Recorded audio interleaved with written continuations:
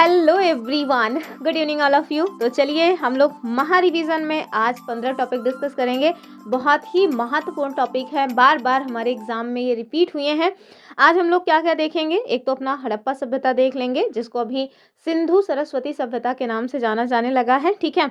उसके बाद जो हमारे वेद हैं और जो कब्रें हैं उनके बारे में देखेंगे। इसके साथ साथ अशोक के बारे में देखेंगे, गुप्ता टाइम पीरियड और जो प्रशस्तियां हैं उनको देखेंगे। बौद्ध और जैन धर्म मोस्ट इंपॉर्टेंट टॉपिक है।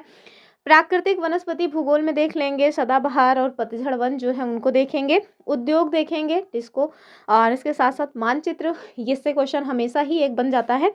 साथ में जनसंख्या पिरामिड देखेंगे, ठीक है। वहीं हम लोग पॉलिटी में आज एफआईआर और पुलिस देखेंगे, न्यायपालिका, धर्मनिरपेक्षता, विविधता और डीके वसु नियम।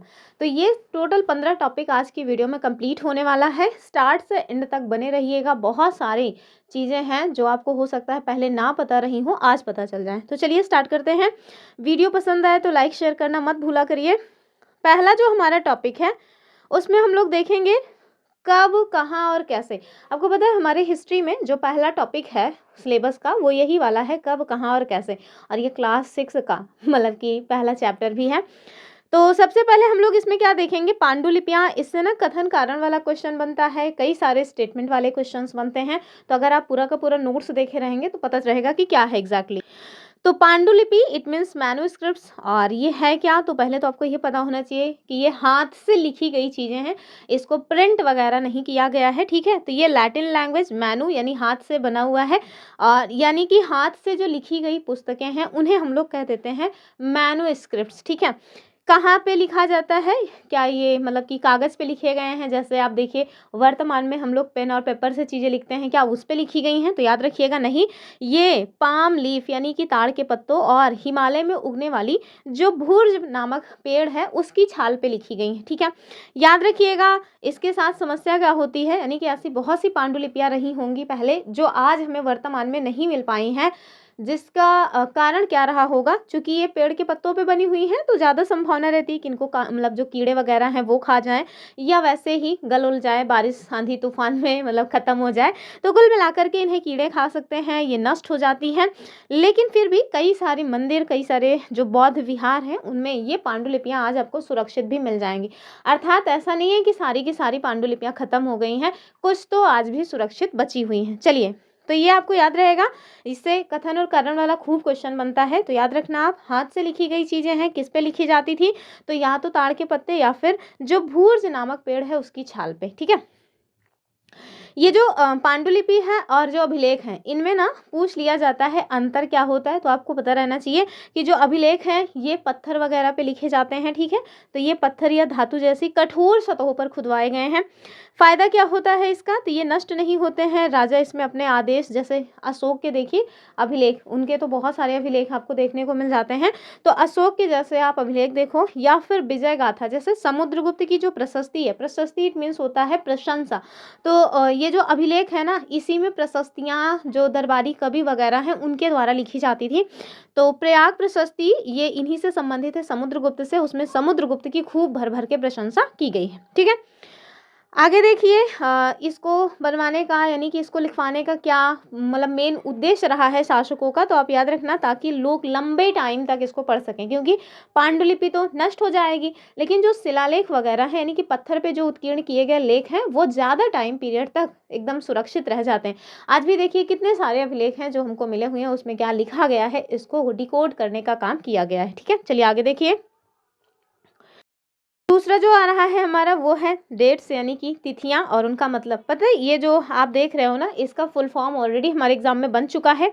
सबसे पहले आप बीसी की बात करें तो ये जो बीसी है इसका फुल फॉर्म होता है बिफोर क्राइस्ट, यानी कि जो हम लोग ईसा पूर्व की बातें करते हैं ना उसी का मतलब होता है बीसी। तो ईसा मसीह के जन्म के पहले की जो भी घटनाएं हैं उसे हम लोग किस में लिखते हैं, बीसी में लिखते हैं, या फिर इसी को हम लोग बीसीई यानी कि बिफोर कॉमन एरा भी कहते हैं, ठीक है। वहीं अगर एडी की बात करें तो ये है एनो डोमिनी। तो ईसा मसीह जी के जन्म के बाद के जो भी घटनाएं हैं उसे हम लोग एडी में लिखते हैं। इसी को सीई भी कहा जाता है, इट मीन्स कॉमन एरा, ठीक है। तो बीसीई ऑलरेडी पूछा जा चुका है, अब हो सकता है एडी का फुल फॉर्म पूछ लें। ये जो बीपी होता है इसका मतलब ब्लड प्रेशर नहीं होता, वरना आपको लगे कि अच्छा बीपी नापने की बात आ गई इतिहास में, तो इतिहास में नहीं आएगा, वो साइंस में आएगा। तो याद रखना जो बीपी है इसका मतलब होता है बिफोर प्रेजेंट, यानी कि वर्तमान से पहले। ठीक है, चलिए क्या है प्रीवियस ईयर क्वेश्चन फटाफट देखिए। तो अतीत में बनी और प्रयोग में लाई गई वस्तुओं का जो अध्ययन करने वाले व्यक्ति हैं उनको हम लोग क्या कहते हैं, तो याद रखिएगा ये हो जाते हैं हमारे मतलब कि पुरातत्वविद। ठीक है, इतिहासकार मत समझिएगा। चलिए जो हमारा दूसरा टॉपिक है ये है आरंभिक नगर या फिर हड़प्पा सभ्यता। आज वर्तमान में इसको सिंधु सरस्वती सभ्यता के नाम से जाना जाता है। तो सिंधु सरस्वती जो सभ्यता है या जो सिंधु घाटी सभ्यता है उसमें सबसे महत्वपूर्ण जो है वो है उनके नगरों के मतलब उनका नगर नियोजन, यानी कि उनके नगरों की विशेषताएं। ठीक है, तो देखिए जो हड़प्पा के नगर हैं वो आमतौर पर दो भागों में डिवाइड होते थे, एक तो पश्चिमी दुर्ग और दूसरा था पूर्वी दुर्ग, या मतलब कि पश्चिमी भाग या पूर्वी भाग। जो पश्चिमी भाग था वो छोटा था लेकिन ऊंचाई पर बना हुआ था। ध्यान से इसको पढ़िएगा, स्टेटमेंट डायरेक्ट ऐसे बन जाएगा कि जो पश्चिमी भाग था वो छोटा था लेकिन ऊंचाई पे बना हुआ था। इसे क्या कहा जाता था, इसको कहते थे दुर्ग। यहाँ संभवतः जो शासक वर्ग थे वो रहा करते थे। ठीक है, तो डायरेक्ट इन लाइन से क्वेश्चन बनेगा, आप ध्यान से इसको देख लीजिए। वहीं जो पूर्वी भाग है ये कैसा था, ये एकदम बड़ा था लेकिन निचले इलाके में था। निचला नगर इसको इसलिए कहा जाता था कहीं क्योंकि यहाँ पे आम जनमानस निवास करते हैं। आप वैसे भी सोचो ना, आम जनता जो है उसकी पब्लिक ज़्यादा रहती है, शासक वर्ग जो है वो थोड़ी ना ज़्यादा रहते हैं। तो जो रूल करने वाले लोग हैं उनकी संख्या हमेशा कम रहेगी, आम जनमानस ज़्यादा रहेगा। तो पूर्वी भाग में आम जनमानस रहा करता था, इसी वजह से इसको क्या कहते थे कि भैया ये बड़ा था। ठीक है, चलिए कुछ अपवाद भी आपको देखने को मिल जाते हैं, जैसे धौलावीरा, ये अपवाद स्वरूप आपको देखने को मिलेगा कि एकमात्र ऐसा नगर था जो कि 3 भागों में डिवाइड था। ठीक है, तो वैसे तो सामान्यतः आप देख रहे हैं कि 2 भागों में डिवाइड है, उचला और निचला नगर, लेकिन धौलावीरा अपवाद के रूप में आपको देखने को मिलेगा कि ये 3 भागों में डिवाइड था। यहाँ पे साफ पानी के इंतजाम के लिए कई बड़े तालाब हमको मिले हुए हैं, ये हमारे लिए इम्पॉर्टेंट है। ठीक है, चलिए आगे देखेंगे। ये हमसे कई बार पूछ लिया जाता है कि जो मोहनजोदड़ो का महान स्नानागार है उसके बारे में, तो ये दुर्ग वाले हिस्से में मिला हुआ है। ठीक है, इसकी बनावट कैसी है, तो ईंट और प्लास्टर से बना है। पानी के रिसाव को रोकने के लिए प्लास्टर के ऊपर देखिए तो चारकोल की परत भी चढ़ाई गई है। ठीक है, और ये कई बार एग्जाम में पूछा गया है, इसी वजह से ये सीटेट का फेवरेट है। ठीक है, चलिए इसमें उतरने के लिए दोनों तरफ से सीढ़ियाँ वगैरह बनाई गई हैं, तो ये भी क्वेश्चन डायरेक्ट आपसे बन सकता है।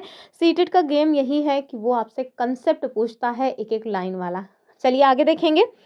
और अगर अभी तक आप वीडियो में बने हुए हैं, वीडियो आपको पसंद आ रहा है तो वीडियो को हाइप कर दीजिए। कुछ हम लोग लोथल और कालीबंगा के बारे में देखेंगे। तो लोथल ये क्या था, तो ये डॉकयार्ड था। कई बार हमारे एग्जाम में यही क्वेश्चन बना हुआ है कि हड़प्पा सभ्यता में कौन सा डॉकयार्ड वाला मतलब इलाका था, यानी कि कहाँ पे आपको पत्तन देखने को मिलेंगे। तो आप याद रखना कि जो लोथल है ना वो बंदरगाह नगर था। यहाँ पे आप देखिए तो क्या होता था, समुद्र के रास्ते से यहाँ से व्यापार का काम किया जाता था।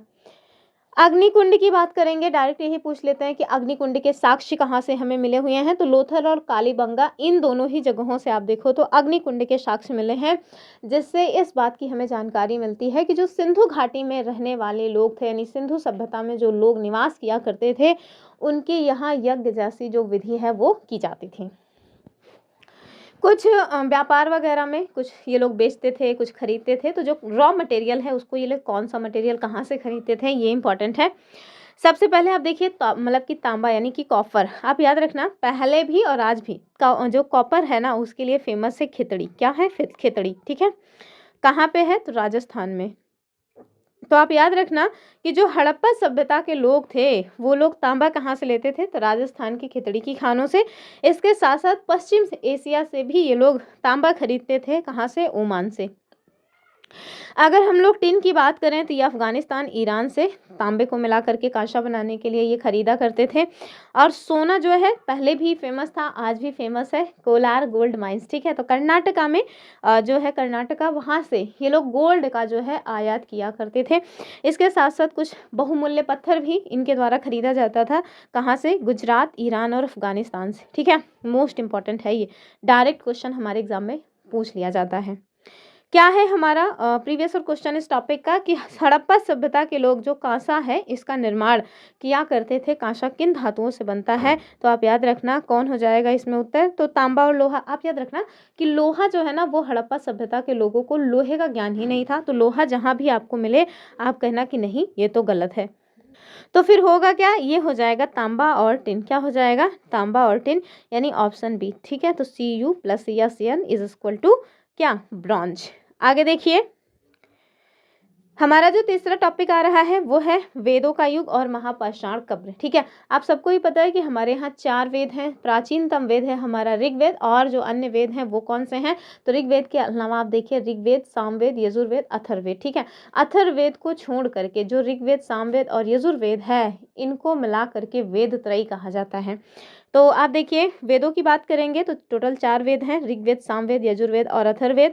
सबसे जो पुराना वेद है इससे क्वेश्चन बनता है, कौन सा है, तो सबसे पुराना है हमारा ऋग्वेद। आज से 3500 साल पहले लगभग इसकी रचना हुई है।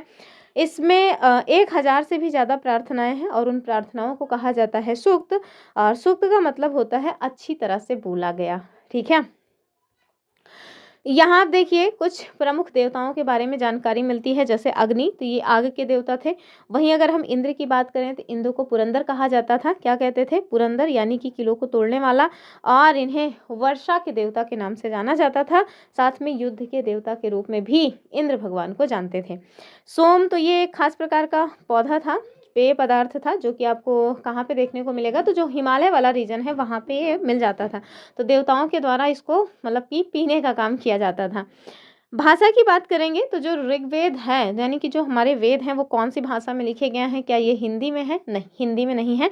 ये प्राक संस्कृत या देव संस्कृत में लिखे गए हैं, या इसी को वैदिक संस्कृत भी कहा जाता है। ठीक है, जो आज स्कूलों में हमारे यहाँ पढ़ाई जाने वाली संस्कृत है ना, उससे ये काफ़ी भिन्न है, ये बात आपको याद रखनी पड़ेगी। आगे देखिए, ये जो मेगालिथ्स हैं इनसे क्वेश्चन बन जाता है कि मेगालिथ्स यानी कि महापाषाण कब्रें। तो महापाषाण का अर्थ क्या हो जाएगा, इसको आप तोड़ लीजिए, महा पर प्लस पाषाण यानी कि बड़ा पत्थर। और आगे देखिए, समय की बात करें तो ये जो महापाषाण है इनकी यदि हम बात करें तो ये प्रथा आज से लगभग 3000 साल पहले डेवलप हुई थी दक्कन, दक्षिण भारत, उत्तर पूर्वी भारत और कश्मीर में। पहचान की बात करें तो कब्रों के ऊपर बड़े मतलब कि पत्थर गोलाकार सजाए जाते थे, ताकि लोग बाद में उस जगह को पहचान सके। कुल मिलाकर के ये जो बड़े पत्थर लगा दिए जाते थे, कहीं ऐसा ना हो कि कब्र जो है समय के साथ ख़त्म हो गई और आप ढूंढ रहे हैं कि यार यहीं तो कहीं था कब्र तो ऐसा ना हो, इस वजह से ये लोग इस तरह का काम करते थे। कुछ सामान वगैरह की बात करें तो देखिए कब्रों में काले और लाल मिट्टी के बर्तन मिले हैं। ठीक है, साथ ही लोहे के औजार, घोड़े के कंकाल और सोने के गहने भी मिले हैं। हड़प्पा में तांबा था, यहाँ लोहा आ गया है। ठीक है, यानी कि आप देखिए जो महापाषाण काल है इसमें आपको तांबा के साथ साथ लोहा भी देखने को मिलेगा। हड़प्पा सभ्यता में तो लोहे की बिल्कुल भी पहचान नहीं थी। इनाम गांव, यहाँ से एक विशिष्ट प्रकार की कब्र मिली है, बहुत इंपॉर्टेंट है ये इनाम गांव। घोड़ नदी के तट पर है महाराष्ट्र में। कौन सी नदी है, किसकी सहायक है ये घोड़, तो भीमा नदी की सहायक नदी घोड़ है। यहाँ पे वयस्कों को गड्ढे में लिटा करके दफनाया जाता था और उनका सिर उत्तर की ओर होता था। आज भी देखिए हम लोगों के यहाँ मृत्यु के उपरांत जो सिर है वो कर दिया जाता था उत्तर साइड। आपने देखा होगा जब लोग किसी की मृत्यु होती है तो उनका सिर उत्तर साइड कर दिया जाता है। तो वो प्रथा आज से नहीं, बहुत पुराने समय से चली आ रही। इवन इनाम गांव में भी ये प्रथा प्रचलित थी। आगे देखिए, कई बार लोगों को घर के अंदर ही दफना दिया जाता था और एक आदमी तो 5 कमरे वाले घर के आंगन में दफनाया गया मिला है। ठीक है, गिरी में जो कब्र मिली है उससे सामाजिक असमानता हमको दिखाई पड़ती है, उसको यहाँ पे देखिए। तो यहाँ की जो कब्रें हैं ना, इससे पता चल जाता है कि कौन गरीब व्यक्ति की कब्र है और कौन अमीर व्यक्ति की कब्र है। ब्रह्मगिरी में आप देखेंगे तो एक व्यक्ति की कब्र में 33 सोने के मनके और शंख मिले हुए हैं। तो इतना तो समझ आ ही रहा है भैया बहुत अमीर व्यक्ति होगा जिसकी ये कब्र होगी। आगे देखिए, जबकि दूसरे के पास केवल मिट्टी के बर्तन, तो बेचारा गरीब होगा और उसके पास थोड़े ना इतना सोने का मनका वगैरह होगा। इससे पता चलता है कि समाज में कितनी ज़्यादा असमानता थी। तो इस समाज में असमानता, गरीबी, अमीरी ये केवल आज नहीं है, हमेशा से रही है। देखिए हमारे पास क्वेश्चन है कि ऋग्वेद में किन 3 देवताओं को सबसे महत्वपूर्ण माना गया है। अग्नि, इंद्र और विष्णु, तो ऋग्वेद में भगवान विष्णु के बारे में जिक्र नहीं है, लेकिन हाँ अग्नि, इंद्र और सोम, ठीक है। तो ये 3 जो देवता हैं इनके बारे में बहुत आपको चर्चा देखने को मिलेगी। एक तो अग्नि, दूसरे इंद्र और तीसरे सोम, ठीक है। तो अग्नि को आप समझे रहिएगा कि मतलब इंसान और भगवान दोनों के मध्य जो है ये एक तरीके से ब्रिज, यानी कि होता है ना कि कबूतर वाला काम करना, मध्यस्थता का काम किया करते थे। यानी कि लोग आज भी देखिए जो हवन कुंड में चीज़ें मनुष्यों के द्वारा डाली जाती हैं, वो ऐसा माना जाता है कि भगवान के पास जो अग्निदेव है वो पहुंचा देंगे। इसी वजह से तो अग्नि में हम लोग कहते हैं स्वाहा, ठीक है। चलिए आगे देखिए। और हमारा जो अगला टॉपिक है वो मतलब कि जैन और बौद्ध धर्म से है, बहुत इंपॉर्टेंट है आपके लिए ये। तो नए विचार बौद्ध और जैन धर्म, इसको देखिए। सबसे पहले भगवान बुद्ध के बारे में देखिए, गौतम बुद्ध के बारे में। बचपन का नाम क्या था? सिद्धार्थ। कौन से कुल से संबंधित थे? ये बहुत इंपॉर्टेंट है, तो आप याद रखना शाक्य गण से संबंधित थे, ठीक है। ज्ञान प्राप्ति इनको कहाँ पे हुई थी? तो बिहार में बोध गया में, यानी कि जो बिहार है ना वहाँ पर बोध गया में एक पीपल के वृक्ष के नीचे भगवान बुद्ध को ज्ञान की प्राप्ति हुई थी। पहला उपदेश इनके द्वारा कहाँ दिया गया? बहुत बहुत बहुत इंपॉर्टेंट है।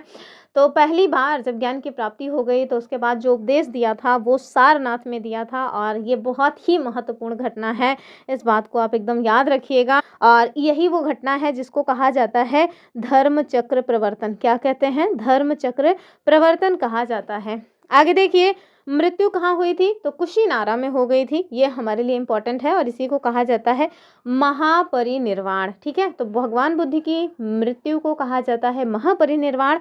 कहाँ हुई थी? कुशीनारा में। भगवान बुद्ध ने क्या उपदेश दिए, अर्थात उनकी क्या टीचिंग्स रही हैं, उनकी क्या शिक्षाएं हैं? तो उनका मानना था कि चारों तरफ जो जीवन है ना उसमें केवल दुख ही दुख है। वैसे भी आप देखो ना, सही में जीवन में चारों तरफ दुख ही दुख तो है। एग्जाम क्लियर नहीं हो रहा, दुख है। पढ़ रहे हैं, चीज़ें समझ नहीं आ रही, दुख है। एग्ज़ाम नहीं क्लियर होगा तो कहीं बाहर कमाने के लिए भेज दिया जाएगा, दुख है। चारों तरफ दुख ही दुख है। तो वही उनका भैया उनके द्वारा जो शिक्षा दिया गया ना, उन्होंने बताया कि जीवन दुखमय है, यहाँ कहीं सुख नहीं है, चारों तरफ कष्ट ही कष्ट है। इसका कारण क्या है? हमारी इच्छाएं। अगर हमको कमाने की इच्छा ना हो, हमको अपने जो है महंगे महंगे शौक पूरे करने की इच्छा ना हो, तो क्या दिक्कत है? नहीं करेंगे एग्ज़ाम क्लियर, मारो गोली, आराम से झिंगा लाला करेंगे, मस्त रहेंगे। तो हमारी इच्छाएं ही तो हैं जो हमको मतलब कहती रहती नहीं बेटा तुझे करना पड़ेगा, वरना तुझे मतलब तेरा खर्चा कौन उठाएगा। तो वही चीज़ है, वही मतलब भगवान बुद्ध ने कहा कि जो हमारे जीवन में दुख है चारों तरफ, उसका मेन कारण क्या है? हमारी इच्छाएं, हमारी तृष्णाएं, ठीक है। तो इच्छा और लालसा यही हमारे दुख का कारण है, जिसको क्या कहा जाता है? तन्हा या फिर तृष्णा। आगे देखिए, कह रहे हैं कि अगर तुम चाहो ना तो मेरे पास वो जड़ी बूटी है जिससे मैं तुम्हारे जीवन के ये सारे कष्ट दूर कर सकता हूँ। और वो जड़ी बूटी क्या है? वो जड़ी बूटी है ये जो इच्छाएं हैं, इनसे मुक्ति मिल जाए। और जाहिर सी बात है, इच्छाओं से मुक्ति आसानी से तो मिल नहीं जाती, तो उसके लिए फिर अनुनय विनय, भगवान का स्मरण, ये सब करना ही पड़ेगा। आगे देखिए, उनके द्वारा अहिंसा पर जोर दिया गया और उन्होंने कहा कि जानवरों को बिल्कुल भी नहीं मारना चाहिए। तो जो भी लोग आए हैं वो सब जानवरों को ना मारने की सीख देते हैं, लेकिन सुनता कौन है? जानवरों का तो धड़ल्ले से व्यापार होता ही है। तो ये थोड़ा आप याद रखना कि हमारे जीवन में चारों तरफ दुख ही दुख है। दुख का कारण है हमारी इच्छाएं और लालसाएं। आत्म संयम अपना करके हम इस दुख से मुक्ति पा सकते हैं, अपनी इच्छाओं को कंट्रोल करके। चलिए आगे देखिए, भगवान बुद्ध के द्वारा जो उपदेश दिए गए उसकी भाषा क्या रही है? तो उन्होंने प्राकृत भाषा में उपदेश दिए थे ताकि आम जनमानस भी समझ सके। ऐसा नहीं है कि संस्कृत, एकदम क्लिष्ट संस्कृत में उपदेश दिए जा रहे हैं जो कि बहुत ज्ञानी लोग ही समझ पाए, नहीं, आम जनमानस समझ सके, इसलिए आम जनमानस की भाषा में उनके द्वारा उपदेश दिए गए, ठीक है। चलिए उपनिषद देख लेंगे। तो जिस समय ये बौद्ध धर्म, जैन धर्म चल रहे थे, उसी समय सनातन में आप देखिए उपनिषदों की भी बात हो रही थी। इसका शाब्दिक अर्थ क्या होता है? गुरु के समीप बैठना। बहुत इंपॉर्टेंट है, डायरेक्ट क्वेश्चन बन जाता है। आगे देखिए, इससे अध्यापक और विद्यार्थियों के मध्य जो संवाद है वो आपको देखने को मिलेगा। मुख्य विचार क्या है? उनका मानना है कि आत्मा यानी व्यक्तिगत और ब्रह्म यानी सार्वभौमिक, ये दोनों एक ही हैं। तो आप समझ रहे हैं, जैसे शंकराचार्य का यही मानना था कि आत्मा और परमात्मा दोनों एक ही है, ठीक है। तो वही चीज़ उपनिषदों में भी आपको देखने को मिलेगी कि आत्मा यानी आप और ब्रह्म दोनों एक ही हैं। गार्गी के मतलब कि गार्गी नाम की एक महिला का हमें थोड़ा जिक्र मिलता है, वो कौन थी आपको पता होना चाहिए। तो ये महिला विचारक थी जो कि विद्वानों की सभाओं में बहस करने का काम किया करती थी। बहुत बहुत बहुत इंपॉर्टेंट है। आगे देखिए जैन धर्म देख लेंगे। तो जैन धर्म में आपको ये तो पता ही है ना कि महावीर स्वामी जी के द्वारा चलाया गया। तो यहाँ देखिए महावीर स्वामी ये भी बुद्ध के समकालीन ही थे। वज्जी संघ के लिच्छवी कुल के क्षत्रिय राजकुमार थे। तो गौतम बुद्ध शाक्य गण से संबंधित थे और यहाँ देखिए महावीर स्वामी ये लिच्छवी कुल के क्षत्रिय राजकुमार थे।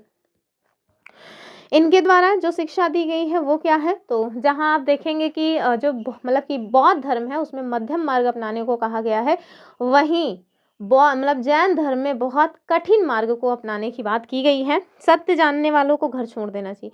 अगर आप घर में हो तो आपको सत्य का ज्ञान हो ही नहीं सकता, ऐसा जैन धर्म का मानना है। ठीक है, कठोर अहिंसा की बात करते हैं तो इन लोगों ने तो ऐसे मान लिया कि भाई आपकी सांस के द्वारा आपके नाक में कोई मच्छर जा सकता है तो ये भी हिंसा हो जाएगी, इस वजह से आप मास्क लगा के निकलो। मतलब अति घोर हिंसावादी किस्म के जो है वो जैन धर्म को मानने वाले लोग थे। ठीक है, आगे देखिए कह रहे हैं कि कीड़े मकोड़ों को भी नहीं मारना चाहिए, सभी को अपना जीवन बहुत प्यारा है। फिर देखिए भोजन के लिए भिक्षा मांगना और पूरी तरह से ईमानदार रहना, ब्रह्मचर्य का पालन करना, पुरुषों को सब कुछ इवन कपड़े तक को भी त्याग देना चाहिए। अच्छा आप बताओ ना, इस तरह का जीवन जीना ही क्यों है, मर क्यों न जाए फिर। ना तो आप कुछ तला भुना खाओगे, ना आप कपड़े पहनोगे। अब जब कपड़े वपड़े नहीं पहनोगे, बाल तो मुड़वा के ही रखना पड़ेगा एकदम मुंडहा। तो मतलब आप शीशे में देखोगे तो कोई फैशन भी नहीं कर रहे हो, एकदम सादा सादा खाना भी खा रहे हैं। क्या मतलब है ऐसे जीवन का जिसमें कुछ तड़क भड़क ना हो। लेकिन ठीक है जैन धर्म की बात ही अलग है। चलिए आगे देखिए इनके द्वारा जो शिक्षा वगैरह दी गई वो भी देख लीजिए। प्राकृत या अर्धमागधी जो भी आपको मिले वो मार दीजिएगा। संघ और विहार के बारे में देख लेंगे। तो सबसे पहले आप देखो कि ये संघ क्या है एग्जैक्टली। तो ये घर छोड़ने वाले लोगों का एक संगठन हुआ करता था, संघ। ठीक है, आगे देखिए बौद्ध भिक्षुओं के लिए बनाए गए जो नियम है वो आपको विनय पिटक नामक ग्रंथ में देखने को मिल जाएंगे। तो ये बहुत इंपॉर्टेंट है, कई बार एग्जाम में बना हुआ है कि बौद्ध भिक्षुओं के लिए जो नियम बनाए गए थे वो विनय पिटक नामक ग्रंथ में हमें मिलते हैं।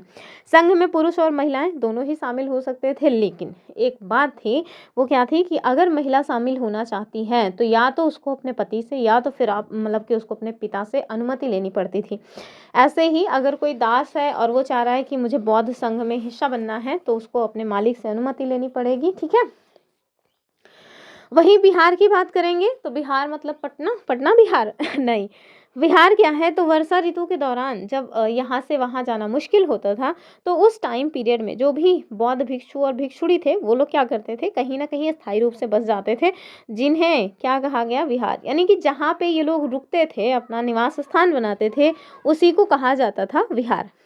स्टार्टिंग में तो जाहिर सी बात है लकड़ी के ही बनते थे, बाद में फिर ईंट और पहाड़ों को कटा करके बनाया गया है। एग्जाम्पल के लिए आप याद रखना कारले की गुफा और महाराष्ट्र में जो बनाए गए हैं वो। ठीक है, क्वेश्चन देखिए फटाक से कि बौद्ध संघ में रहने वाले भिक्षुओं के लिए बनाए गए नियम किस ग्रंथ में मिलते हैं, तो अभी तो हमने बताया था विनय। ठीक है, फिर देखिए राज्य से साम्राज्य, अशोक एक ऐसा शासक जिसने युद्ध नीति का त्याग किया। ठीक है, एक अनोखा शासक जिसने युद्ध को त्याग दिया, वो कौन है, अशोक है। तो अशोक और मौर्य वंश को देख लेते हैं फटाफट। ध्यान रखिएगा ये केवल और केवल रिवीजन सेशन है, हमने क्रम से एक एक पॉइंट एनसीईआरटी से करवाया हुआ है अपने रेगुलर वीडियोज़ में। अगर कोई पूछ रहा था मुझसे कि क्या ये वीडियोज़ इनफ हैं, तो आप बताओ पहले। अगर केवल और केवल इस तरह से 3-4 वीडियोज़ देख करके एग्ज़ाम क्लियर होता तो क्या वो लोग मूर्ख हैं जो मतलब कि 2-3 महीने से लगे रहते हैं कि हे भगवान अच्छे से हो जाए, सब कुछ क्लियर हो जाए। नहीं, ऐसा नहीं होता। 2-3 घंटे की एक वीडियो देख करके एग्जाम नहीं क्लियर होता। तुक्का बैठ जाए वो अलग बात है। हाँ, जैसे आपने पहले से चीज़ें पढ़ी हुई हैं, लास्ट टाइम में आपको ये नहीं समझ आ रहा है कि कौन से टॉपिक को रिवाइज कर लिया जाए, किन से क्वेश्चन ज़्यादा बन सकते हैं, तो वही होता है लास्ट टाइम रिवीजन। ये लास्ट टाइम रिवीजन के लिए चीज़ें हैं। अगर आपने कभी कुछ पढ़ा ही नहीं है तो एग्ज़ाम नहीं क्लियर कर सकते इन वीडियोस को देख करके। पहले से पढ़ा है, अंत में ये आपको फटाफट रिकॉल करवा देंगे और आपका जो एग्ज़ाम है वो क्लियर हो सकता है। ठीक है, तो चलिए मौर्य वंश की बात करेंगे। सबसे पहले संस्थापक कौन है, चंद्रगुप्त मौर्य। आज से 2300 साल पहले इन्होंने स्थापना की है। चाणक्य यानी कौटिल्य चंद्रगुप्त के गुरु थे। इनकी किताब का नाम है अर्थशास्त्र। इसमें राजनीति और प्रशासन के नियम लिखे गए हैं। इसमें 3 जो है वो महत्वपूर्ण शासक आपको देखने को मिलेंगे। किसमें, क्या बोलते हैं, मौर्य वंश में, ठीक है। अब जैसे चंद्रगुप्त है तो आप परेशान हो जाएंगे कि चंद्रगुप्त यानी कि गुप्ता वंश से होंगे, नहीं, तो चंद्रगुप्त मौर्य की बात हो रही है। तो जो वंश है इसमें आप देखिए कौन कौन से महान शासक हुए हैं। सबसे पहले चंद्रगुप्त मौर्य, फिर बिंदुसार, फिर अशोक। कलिंग युद्ध हम सभी जानते हैं, बहुत प्रसिद्ध है। कहाँ पे हुआ था, तो तटीय उड़ीसा वाले रीजन में, ठीक है, उसी का प्राचीन नाम है कलिंग। अशोक का हृदय यहीं पे परिवर्तन हो जाता है, क्योंकि बहुत सारा खून खराबा हुआ, बहुत सारे लोग मारे गए, बहुत सारे लोगों की चीखें अशोक ने सुनी और फिर वहीं से कहा कि ना बाबा, अब तो युद्ध नहीं करना है। इतिहास में कुछ अनोखा इनके द्वारा किया गया। तो अशोक दुनिया के इतिहास में एकमात्र ऐसे राजा हैं जिन्होंने युद्ध जीतने के बाद क्या कर दिया, विजय का त्याग कर दिया। उन्होंने ये भविष्यवाणी की कि भैया भविष्य में कभी भी युद्ध नहीं करना है, ठीक है। आगे देखें, अशोक के जो अभिलेख हैं वो देख लीजिए, इनके इंस्क्रिप्शंस। अब आपको बहुत डिटेल में नहीं जाना है, जो एनसीईआरटी में दिया है बस वही हम लोग देखेंगे। तो अशोक पहले राजा थे जिन्होंने अभिलेखों के द्वारा जनता तक अपना जो मैसेज है वो पहुंचाने का काम किया। ज़्यादातर इनके जो अभिलेख हैं वो प्राकृत लैंग्वेज में हैं। ओवरऑल 4 जो है भाषाएं, यानी कि मतलब जो अशोक के अभिलेख मिले हैं वो 4 भाषा लिपि जो भी आप कहना चाहें मिले हुए हैं। कौन कौन से, प्राकृत हमने देख ही लिया, ठीक है, यूनानी है, प्राकृत है, अरामाइक है, ठीक है, और कौन सा है, और है हमारा खरोष्ठी, ठीक है। खरोष्ठी क्या है, खरोष्ठी। तो यहाँ पे देखिए लैंग्वेज की बात की जा रही है तो प्राकृत है, लेकिन अगर आपसे कहते हैं कि चलो बताओ कितनी लिपियों में है, तो आप याद रखना, एक तो ब्राह्मी है, कौन सी, ब्राह्मी, दूसरी है खरोष्ठी, तीसरी है यूनानी और चौथी है अरामाइक। तो 4 लिपियों में अशोक के अभिलेख हमको देखने को मिलते हैं। लेकिन अगर आपसे कहें कि कौन सी भाषा में सर्वाधिक है, तो वो हो जाएगा प्राकृत। फिर देखिए लिपि, ये ब्राह्मी लिपि में लिखे गए हैं, जो आज की हिंदी और देवनागरी की क्या है, पूर्वज है, मम्मी पापा है कुल मिला के। अशोक के धम्म की बात करें तो ये संस्कृत शब्द धर्म का ही क्या है, प्राकृत रूप है। धम्म क्या है, कुल मिलाकर के धर्म है, धर्म का ही प्राकृत लैंग्वेज में रूप क्या हो जाता है, धम्म हो जाता है, ठीक है। चलिए, इसमें ना तो किसी देवी देवता की पूजा की बात की गई है, ना ही किसी कर्मकांड की, और ना ही बलि जैसी जो चीज़ें हैं उसकी कोई बात की गई है। जहाँ पे देखिए उनका कहना था कि जैसे एक पिता अपने बच्चों को अच्छे व्यवहार की शिक्षा देता है, वैसे ही अशोक ने अपनी प्रजा को निर्देश दिए थे, किसमें, इसी मतलब इंस्क्रिप्शंस में, ठीक है। क्या है मुख्य बातें अशोक का जो धम्म है वो, तो अशोक के द्वारा जो धम्म है उसमें इन्होंने कुछ बातें मतलब कि बताई। वो क्या है, एक तो बड़ों का आदर करो, ठीक है। दूसरा, दासों और नौकरों के साथ अच्छा व्यवहार करो, ऐसा नहीं कि वो आपके दास हैं तो आप उनके साथ बदतमीजी पे उतर जाएं। दूसरे के धर्मों का आदर करना चाहिए, अर्थात उनका कहना है कि अगर आप अपने धर्म की प्रशंसा और दूसरे के धर्म की निंदा कर रहे हैं तो आप समझिए कि आप अपने ही धर्म का क्या कर रहे हैं, सत्यानाश कर रहे हैं, ठीक है। तो दूसरे धर्मों का आदर करना, किसी की भी निंदा ना करना, ये अशोक के धम्म में था। और अहिंसा का पालन करना, कुल मिलाकर के हिंसा नहीं करनी चाहिए। फिर देखिए धम्म महामात्र कौन है, तो अशोक ने धम्म की शिक्षा देने के लिए एक मतलब अधिकारी नियुक्त किया था जिसको धम्म महामात्र कहा जाता है। और एक चीज़ याद रखना आप, ये लोग ये मतलब कि जगह जगह जाकर के शिक्षा देने का काम करते थे। कहीं कहीं ना क्वेश्चन में हमारे पास स्टेटमेंट आ जाता है कि अशोक ने धम्म महामात्र की नियुक्ति की, जो कि क्या थे, मतलब बौद्ध भिक्षु थे। तो आप याद रखना कि ये बौद्ध भिक्षु नहीं थे, ये एक अधिकारी हैं जिनको अशोक के द्वारा नियुक्त किया गया था। किस लिए, जगह जगह जाकर के बौद्ध धर्म की शिक्षा देने के लिए। ये 2 शब्दावलियां हैं जिनसे ना मतलब कि डिफरेंस पूछ लिया जाता है आपसे एग्जाम में। सबसे पहले टैक्स की बात करेंगे, तो ये जो टैक्स होता है ये क्या होता है एग्जैक्टली, तो ये नियमित रूप से जो शासक को प्रजा के द्वारा दिया जाता है उसे हम कहते हैं टैक्स, और ये अनिवार्य होता है, ठीक है। तो इसमें क्या होता है, ये नियमित रूप से लिया जाता है जैसे फसल का हिस्सा, ठीक है। और याद रखिएगा कि उस समय जो फसल का हिस्सा लिया जाता था वो कितना लिया जाता था, तो 1/6, ठीक है। तो टैक्स के रूप में 1/6वां हिस्सा लिया जाता था। वही नजराना क्या था, तो होता है ना कि हम आपको कुछ नजर कर रहे हैं, नजराना दे रहे हैं, तो ये कुल मिलाकर के नियमित रूप से नहीं दिया जाता था, और ये अपनी मन मर्जी अपनी खुशी से दिया जाने वाला चीज था, यानी कि अनियमित था। जब भी संभव हो लोग स्वेच्छा से बिना दबाव के या कभी कभी दबाव में भी राजा को कुछ चीजें दिया करते थे, जैसे हाथी, लकड़ी, शहद वगैरह, ठीक है। तो उसे कहते थे नजराना। कुल मिलाकर के नियमित नहीं था, जैसे कि टैक्स नियमित होता है, ठीक है। उस टाइम पीरियड में कुछ मतलब मॉडर्न टाइम पीरियड में कुछ खास टाइप के मतलब नगर जो है देखने को हमें मिलते हैं, जिनसे एग्जाम में क्वेश्चन बनता है। जैसे आप देखिए पाटलिपुत्र, ये जो पाटलिपुत्र है ये राजधानी हुआ करती थी मौर्यों की, और यहाँ से सीधा नियंत्रण किया करते थे ये लोग, ठीक है। वहीं जो तक्षशिला है, तो ध्यान रखिएगा वर्तमान में भारत और पाकिस्तान के बॉर्डर के आसपास आपको तक्षशिला देखने को मिलेगा, ठीक है। तो इसको कहा जाता था उत्तर पश्चिम का प्रवेश द्वार, ठीक है। व्यापार के लिए लोग इधर ही से आया करते थे, इसी वजह से इसको उत्तर पश्चिम का प्रवेश द्वार कहा जाता था। वहीं अगर आपसे उज्जैन की बात करें, तो ये जो उज्जैन है, पहले तो आपको पता होगा कि भारत देश के, जब आज हम लोग जो ग्रीनविच अपना देखते हैं ना कि ग्रीनविच लंदन का है, वहाँ से टाइम जोन जो है वो डिसाइड होता है। तो ऐसा माना जाता है कि उसके बहुत पहले से ही भारत का अपना एक टाइम जोन हुआ करता था, जो रेखा उज्जैन से गुजरती थी। इसके साथ साथ आप देखिए उत्तर से दक्षिण में भारत जाने वाला जो रास्ता था उसके मध्य में पड़ता था उज्जैन। तो आपसे डायरेक्ट क्वेश्चन घुमा के दे देंगे, दो स्टेटमेंट देंगे और ऐसा लिख देंगे कि उज्जैन उत्तर पश्चिम का प्रवेश द्वार था जहां से व्यापार किया जाता था, वहीं तक्षशिला उत्तर से दक्षिण भारत जाने वालों के मध्य का रास्ता था। तो आप कहना कि नहीं नहीं हमको फंसाओ मत, हमने अनु मैम की क्लास में पढ़ा हुआ है कि तक्षशिला उत्तर पश्चिम का प्रवेश द्वार था जो व्यापार के लिए यूज होता था, और जो उज्जैन है ये उत्तर से दक्षिण में जाने वाले रास्ते के मध्य पड़ता था, ठीक है। ये डिफरेंस आपको एकदम पता होना चाहिए। चलिए आगे देखिए, यहाँ क्वेश्चन पूछा गया है कि अशोक के ज्यादातर अभिलेख किस भाषा और लिपि में मिले हैं। तो आप याद रखना भाषा अलग है, लिपि अलग है। संस्कृत से कोई मतलब ही नहीं है, आप याद रखना संस्कृत में उनका कोई अभिलेख नहीं मिला है। प्राकृत और ब्राह्मी, देवनागरी लिपि से उनसे कोई दूर दूर तक मतलब नहीं है। तो ये हो जाएगा कि प्राकृत भाषा और ब्राह्मी लिपि, अशोक के जो सर्वाधिक अभिलेख हैं वो इसी में मिले हुए हैं हमको। और ये देखिए हिस्ट्री का अंतिम टॉपिक होगा, उसके बाद फिर हम ज्योग्राफी और पॉलिटी देखेंगे। खुशहाल गांव और समृद्ध शहर, व्यापार और शिल्प, बहुत बहुत बहुत इंपॉर्टेंट है। तो देखिए इस टाइम पीरियड में आज से लगभग 3000 साल पहले की बात है, हमारे यहाँ जो लोहे का प्रयोग है वो काफ़ी बढ़ जाता है, ठीक है। हल्के फाल बनने लगे, यानी कि पहले जहाँ लोग लकड़ी के फाल बना रहे थे, अब आप देखिए लोहे के फाल बनना स्टार्ट हुए हैं, ठीक है। हल्के फाल समझ रहे हैं, जो हल होता है ना उसमें मतलब कैसे समझाऊँ?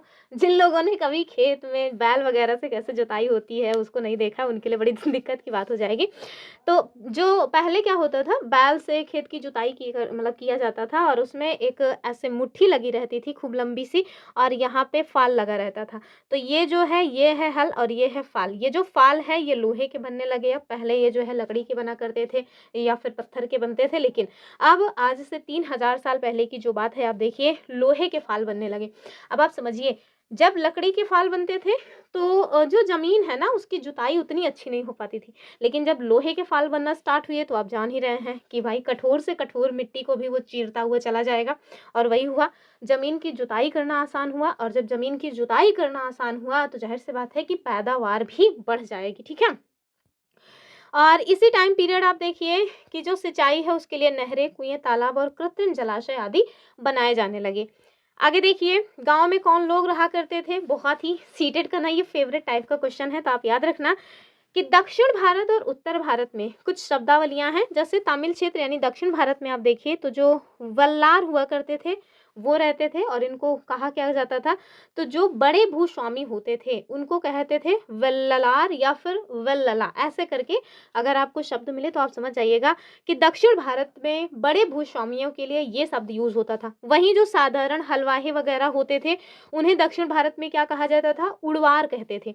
और जो भूमिहीन मजदूर और दास वर्ग के लोग थे उन्हें कहा जाता था अधिमई या फिर कडेस्ट्रियर, ठीक है। आप याद रखना दक्षिण भारत की ये शब्दावलियां हैं, वल्ललार अर्थात बड़े भूस्वामी, उड़वार इट मीन साधारण हलवाही, और जो कडेस्ट्रियर हैं वो हैं भूमिहीन मजदूर। वहीं अगर हम लोग अपने नॉर्थ इंडिया की बात करें यानी उत्तर भारत, तो यहाँ पे जो पद हैं उनको जानिए। ग्राम भोजक, तो ये जो ग्राम भोजक है ये कौन होते थे, एक तो गांव के प्रधान, और ये पद कैसा था, आनुवांशिक। आज जो प्रधानी का चुनाव होता है उस टाइप का नहीं था, आनुवांशिक था। जैसे राजा का बेटा राजा बननेगा तो उसी टाइप का ये समय था कि भाई गांव के जो प्रधान हैं उनके पुत्र प्रधान बनेंगे। अब ये तो आप समझ ही रहे होगे पुत्री तो बनेगी नहीं क्योंकि इतनी अच्छी स्थिति तो थी नहीं। आगे देखिए, कह रहे हैं कि ये सबसे बड़ा भूस्वामी हुआ करता था उत्तर भारत में, ठीक है। तो ग्राम भोजक सबसे बड़ा भूस्वामी हुआ करता, और जो भूस्वामी वर्ग के लोग हैं वो टैक्स वगैरह तो वसूल ही लिया करते थे। कभी कभी ये जज और पुलिस का भी काम करते थे। इट मीन्स आप समझ रहे हैं, ग्राम भोजक उत्तर भारत में बहुत ही महत्वपूर्ण व्यक्ति माना जाता था। अगर हम लोग गृहपति की बात करें तो ये स्वतंत्र और जो छोटे किसान होते थे उनको कहा जाता था दास कर्मकार। जिनके पास अपनी जमीन नहीं होती थी, दूसरों के खेतों में काम करते थे, उन्हें उत्तर भारत में कहा जाता था दास या कर्मकार, ठीक है, दास कर्मकार जो भी आप कहना चाहें। अगला टॉपिक देखिए, और इसमें हम लोग ना पंच मार्क्ड कॉइन्स को देखेंगे, यानी आहत सिक्कों की बात करेंगे, ठीक है। तो सबसे पहले तो आप समझिए कि सर्वप्रथम जो सिक्के हम लोगों को देखने को मिलते हैं ना, वही है आहत सिक्के। और लगभग 500 सालों तक ये आहत सिक्के यानी पंच मार्क्ड कॉइन्स जो है वो चले हैं। तो इनकी आयु टोटल 500 साल की रही है, ठीक है। आगे देखिए, इन्हें तांबा या फिर चांदी पर विभिन्न आकृतियों या आहत, आहत समझ रहे हैं, पीट पीट करके आहत कर देना, कहते हैं ना पीट पीट के आहत कर दिए, तो वही है पीट पीट के आहत करना, यानी कि आहत या ठप्पा मार करके बनाया जाता था। और यही तो कारण है कि इनको आहत सिक्के कहते हैं, ठीक है, यानी कि पीट पाट सिक्के इनको कहा जाता है। फिर देखिए, ये जो मथुरा है ना, इससे क्वेश्चन खूब बनता है। ये एक महत्वपूर्ण नगर के रूप में जाना जाता है। यह यातायात और व्यापार के दो मुख्य रास्तों पर स्थित था। ये बात इंपॉर्टेंट है, ठीक है, आपसे डायरेक्ट पूछा जा सकता है कि कौन यातायात और व्यापार के दो मुख्य रास्तों पर स्थित था, तो आप कहना कि भैया वो मथुरा नगर था। साथ में धार्मिक केंद्र भी था, कृष्ण भक्ति का केंद्र माना जाता था। बाद में ये कुषाणों की सेकंड कैपिटल बनी है, ध्यान से देखिए, बाद में ये कुषाणों की दूसरी राजधानी बनती है। यहाँ पे बेहतरीन मूर्तियां बनाई जाती थी। शाटक जो वस्त्र होते हैं ना, उसके लिए बहुत ही फेमस था मथुरा, ठीक है, शाटक वस्त्र, ये भी इंपॉर्टेंट है। अरिकामेडु बहुत इंपॉर्टेंट है, इससे क्वेश्चन बना हुआ है, आपने देखा होगा प्रीवियस ईयर में 2020 वाले में कि 4 जो है घटनाक्रम दिए हैं, उनको क्रम से लगाना था, क्रोनोलॉजी। तो जो अरिकामेडु है, इसकी हम बात करें तो पहले तो यही पता होना चाहिए कि आखिरकार ये है कहाँ पे। तो याद रखिएगा आप, पुदुचेरी में है, ठीक है। और क्या है, एक पोर्ट है, यानी बंदरगाह या पत्तन था, ठीक है। यहाँ ना रोम जैसे जो दूर दराज के देश थे उनसे व्यापार हुआ करता था, ये इंपॉर्टेंट पॉइंट है। यहाँ से हमको एम्फोरा, एक लंबे जार वाला बर्तन मिला हुआ है जिसमें शराब या तेल वगैरह रखा जाता था, और एरेटाइन जो कि लाल चमकदार बर्तन है वो भी मिले हैं, जो कि इटली के शहर के नाम पर है। तो ये एम्फोरा क्या है, एरेटाइन क्या है, ये हमारे एग्जाम में मैच द फॉलोइंग वाले में बन जाता है। टॉपिक में हम लोग देख लेंगे शिल्प और श्रेणी। तो ये दोनों ही महत्वपूर्ण है, श्रेणियों से कई बार हमारे एग्जाम में क्वेश्चन बना हुआ है। पहले शिल्प देखिए, तो उत्तरी काले जो चमकीले पात्र हैं उनकी बात करेंगे। पहले यही पता होना चाहिए कि इनका नेचर कैसा था। तो हो सकता है लिख के आ जाए कि सॉफ्ट थे, तो नहीं, सॉफ्ट नहीं थे, हार्ड हुआ करते थे, अर्थात कठोर थे, चाक के द्वारा बनाए जाते थे, और ब्लैक कलर के ये बर्तन होते थे। चमक देखिए जरा इनकी कैसी हुआ करती थी, शीशे जैसी, ठीक है। और कहाँ पे मिले हुए हैं, तो महाद्वीप के उत्तरी भाग में हमको प्राप्त हुए हैं। श्रेणियों का तो बहुत सारा काम हुआ करता था। ये लोग शिल्पकार और व्यापारियों का जो संघ होता था, उन्हीं को हम लोग श्रेणी कहते थे। इनके काम जो है वो इंपॉर्टेंट है।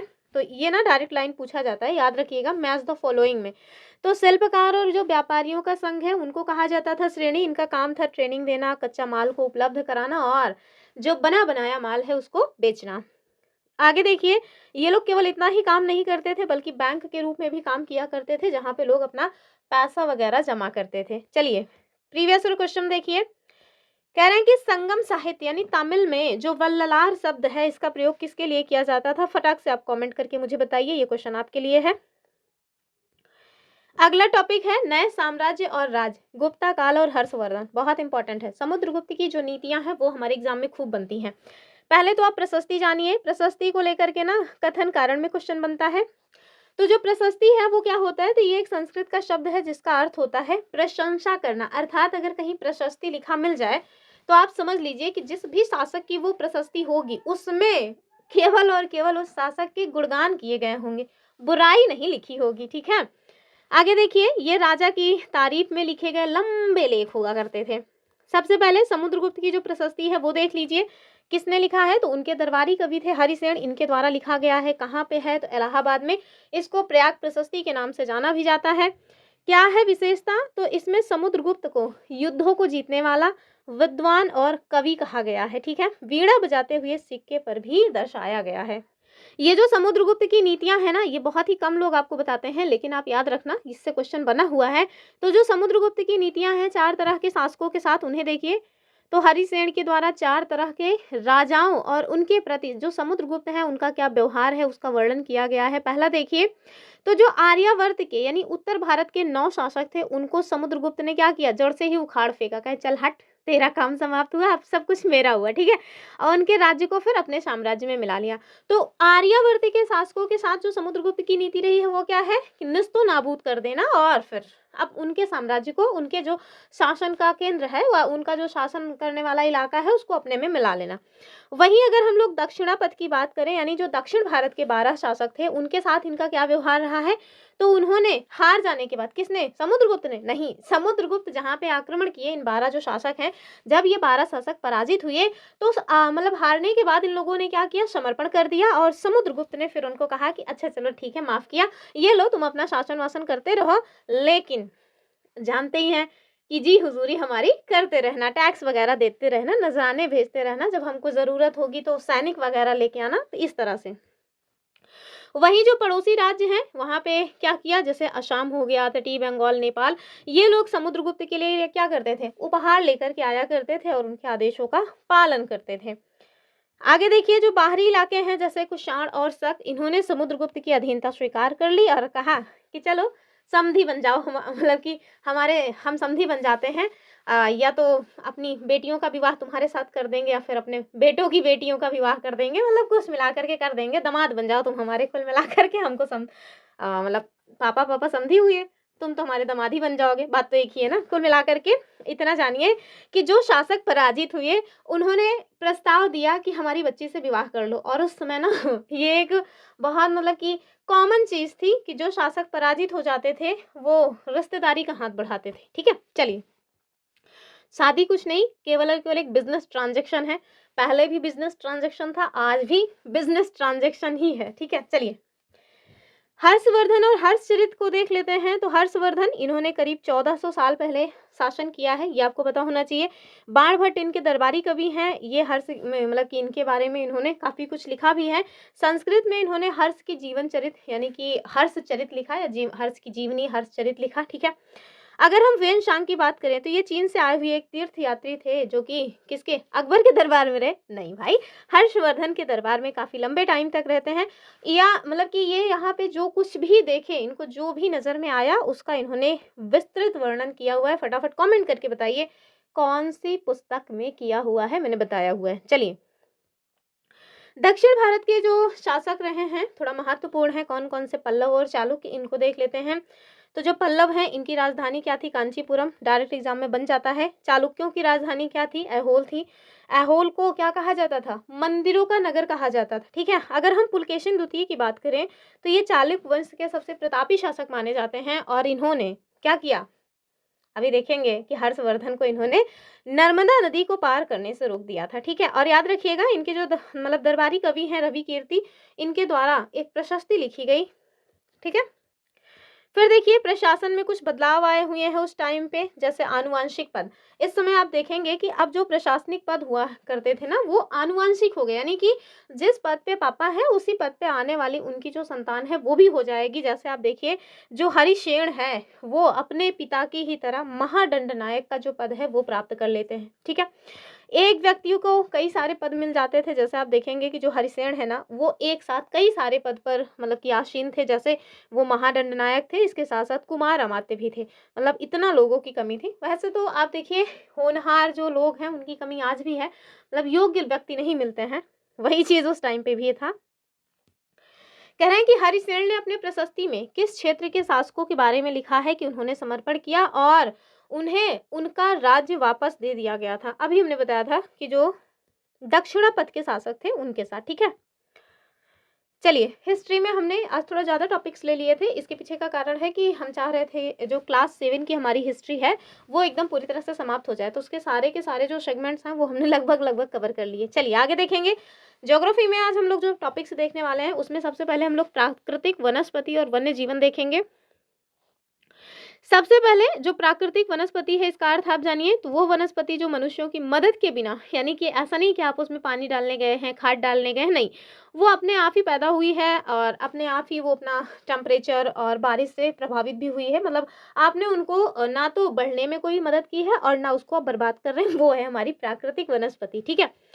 अगर हम वनों के प्रकार की बात करें तो ये बहुत इंपॉर्टेंट है और बच्चे बहुत ज़्यादा इसी में कंफ्यूज होते हैं, कंफ्यूजिया आ जाते हैं एकदम से। सबसे पहले हम लोग उष्णकटिबंधीय सदाबहार वन की बात करेंगे। कल वाली वीडियो में हमने आपको बताया था कि कहाँ पे कौन सा इलाका मिलता है, यानी कि कहाँ पे उष्ण कटिबंध है, कहाँ उपोष्ण कटिबंध है, कहाँ पे शीत कटिबंध है। अगर आपको नहीं याद है तो ये आपकी गलती है, पहले वाला वीडियो देखिए आप। ठीक है, चलिए।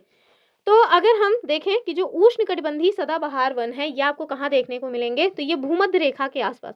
अब भूमध्य रेखा क्या है, तो 0 डिग्री। 0 डिग्री क्या है, तो एक काल्पनिक रेखा है जो हमारे पृथ्वी को दो बराबर गोलार्धों में डिवाइड करने का काम करती है। ठीक है, ये जो 0 डिग्री का मतलब इलाका है, 0 डिग्री के आसपास का जो इलाका है, यहाँ पे बहुत भयानक बारिश होती है, उतनी ही धूप भी रहती है। ठीक है, क्या है विशेषता, तो यहाँ का जो मौसम है ना ये शुष्क नहीं होता, क्योंकि डेली डेली इधर बारिश होती है। और जब बारिश हमेशा हो रही है तो जाहिर सी बात है कि ऐसा कोई सीजन नहीं आएगा जब सारे के सारे पेड़ डंठल हो जाएं। मतलब कोई ना कोई पेड़ हरा भरा रहेगा ही, और यही कारण है कि यहाँ पे हरे भरे जो वन है वो आपको देखने को मिलते हैं। यही तो कारण है इसको सदाबहार कहा जाता है। और यहाँ पे जो पाए जाने वाले पेड़ हैं ना वो इतने घने हैं कि दिन में भी जो धूप है वो जमीन तक नहीं पहुँचती है। यहाँ पे कौन से प्रकार के मुख्य वृक्ष मिलते हैं, तो वो नाम आपको एकदम रट के रखिए, बहुत पूछा जाता है। एक तो रोजवुड, दूसरा है आबनूस, तीसरा है महोगनी। जो आपके एनसीईआरटी में दिया है वो तो आपको एकदम रटा ही रहना चाहिए, बाकी और भले ही कुछ न पता हो। अमेजन बेसिन के बारे में कई बार बताया हुआ है, फिर से बता रहे हैं कि ब्राजील के जो सदाबहार वन है वही है अमेजन बेसिन। कहाँ पे कहाँ तक फैला हुआ है, तो 0 डिग्री से 10 डिग्री उत्तर और 10 डिग्री दक्षिण के मध्य फैला हुआ है। इन्हें पृथ्वी के फेफड़े कहा जाता है। एनाकोंडा जो सांप है ना वो यही मिलता है।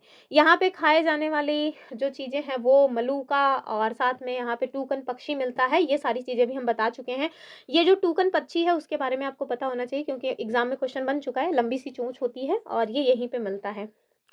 मलोका इनका घर होता है, ये भी आपको पता होना चाहिए। चलिए आगे देखिए, उष्णकटिबंधीय पर्णपाती वन। दूसरा जो हमारा वन है वो कौन सा है, उष्णकटिबंधीय पर्णपाती वन। अर्थात जो किसी एक खास सीजन में अपनी पत्तियां गिरा देते हैं उन्हें हम कहते हैं पर्णपाती।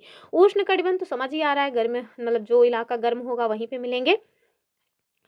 तो इन्हीं को कहा जाता है मॉनसूनी वन। और भारत में जो सबसे ज्यादा वन मिलते हैं वो यही है, उष्णकटिबंधीय पर्णपाती वन। इस बात को आपको याद रखना चाहिए। क्या होती है विशेषता, तो ये जल को संरक्षित रखने के लिए शुष्क मौसम में अपनी पत्तियां गिरा देते हैं। क्यों, क्योंकि जो पत्तियां है ना ये वाष्पीकरण का काम करती हैं। तो जब ज़्यादा पानी है तब वाष्पीकरण कर रही हैं तब तो ठीक है, लेकिन ऐसा टाइम जब हमें पानी की आवश्यकता है और उसके बाद भी अगर पत्तियां रहेंगी तो वो वाष्पीकरण करती रहेंगी, तो पता चला एक टाइम आएगा कि सूख जाएगा पेड़ ही, उसकी नमी ही खत्म हो जाएगी। तो यही कारण है कि जो पत्तियां हैं उसको गिरा देते हैं पेड़। ठीक है, अक्लमंद होते हैं कुल मिलाकर के। आगे देखिए, कौन सी वैरायटी के यहाँ पेड़ मिलते हैं ये भी आपको पता होना चाहिए। जैसे साल है, सागौन है, नीम, शीशम। ठीक है, और हम लोग इनका यूज़ फर्नीचर में करते हैं, ये हम सभी जानते हैं। आप देखिए अभी इस समय जो सीजन है उसमें आप देखिए तो जो नीम है वो एकदम डंठल होती जा रही है। हमारे दरवाजे पे नीम है, अभी उसमें पत्तियां बिल्कुल भी नहीं बची हुई है, सब की सब झड़ गई हैं। तो ये कौन सा पेड़ है, तो ये है हमारा उष्णकटिबंधीय पर्णपाती। ठीक है, चलिए अगर हम लोग शीतोष्ण सदाबहार और पर्णपाती की बात करें तो ये तो समझ आ रहा है, शीतोष्ण यानी कि ऐसा इलाका जहाँ पे ना ज़्यादा ठंडी होगी और ना ज़्यादा गर्मी होगी, उसी को हम लोग कहते हैं शीतोष्ण। और पर्णपाती है तो समझ ही रहे हैं कि मतलब पेड़, मतलब पत्तियां गिराते होंगे, और सदाबहार है मतलब पत्तियां नहीं गिराते होंगे, मतलब गिराते होंगे एक साथ सभी नहीं गिराते। अब देखिए शीतोष्ण यानी कि ऐसे इलाके में जो ना ज़्यादा ठंडा है ना ज़्यादा गर्मी है, वहाँ पे कौन से सदाबहार और कौन से पर्णपाती हैं उनको देखिए। यहाँ पे देखिए, ये जो इलाका है ना यहाँ आपको बांझ और चीड़ जैसे पेड़ मिलते हैं। तो ये दोनों नाम पता होना चाहिए बस। ठीक है, चलिए याद रखिएगा, ये केवल और केवल एक रिवीजन सीरीज है। इसमें आपको कम टाइम में ज़्यादा से ज़्यादा चीज़ें प्रोवाइड कराना है। अगर आपने एक बार पढ़ाई की है फटाफट चीज़ें रिकॉल हो जाएं, ये हमारा मेन उद्देश्य है। अब अगर आप सोच रहे होंगे केवल इतना ही पढ़ के एग्जाम क्लियर हो जाएगा, भैया ये सारी चीज़ें ना समझ ही नहीं आएंगी आपको अचानक से, क्योंकि अगर आपका कोई बैकग्राउंड नहीं है तो फिर कम समझ आएगा ना। जिन्होंने थोड़ा बहुत पढ़ा होगा उनको तो सब समझ आ रहा होगा, उनको तो अच्छा लग रहा होगा, हाँ हाँ रिकॉल हो रहा है, फटाफट याद हो रहा है, जो कुछ छूट रहा था वो मतलब रिवाइज हो जा रहा है। जो अचानक से आज नींद से से उठे होंगे कि अच्छा पेपर आने गया, मतलब पेपर आ गया है क्या, चलो पढ़ लेते हैं फटाफट, मैराथन ले लेते हैं। उनके लिए नहीं है क्लासेस, मतलब उनको भी मदद करेंगी लेकिन बहुत कम, ठीक है। अब इतना कुछ बताया है तो फिर से बता दे रहे भैया, हाइप वाइप कर दीजिए, हाइप बचा के क्या करिएगा। चलिए घास स्थल की बात करेंगे, यानी कि ग्रास लैंड्स। खूब क्वेश्चन बनता है मिलान करने वाला। तो दो तरह की घास हमें देखने को मिलते हैं, एक दो तरह के घास के मैदान मिलेंगे, एक तो उष्ण कटिबंधीय और दूसरा है शीतोष्ण कटिबंधीय।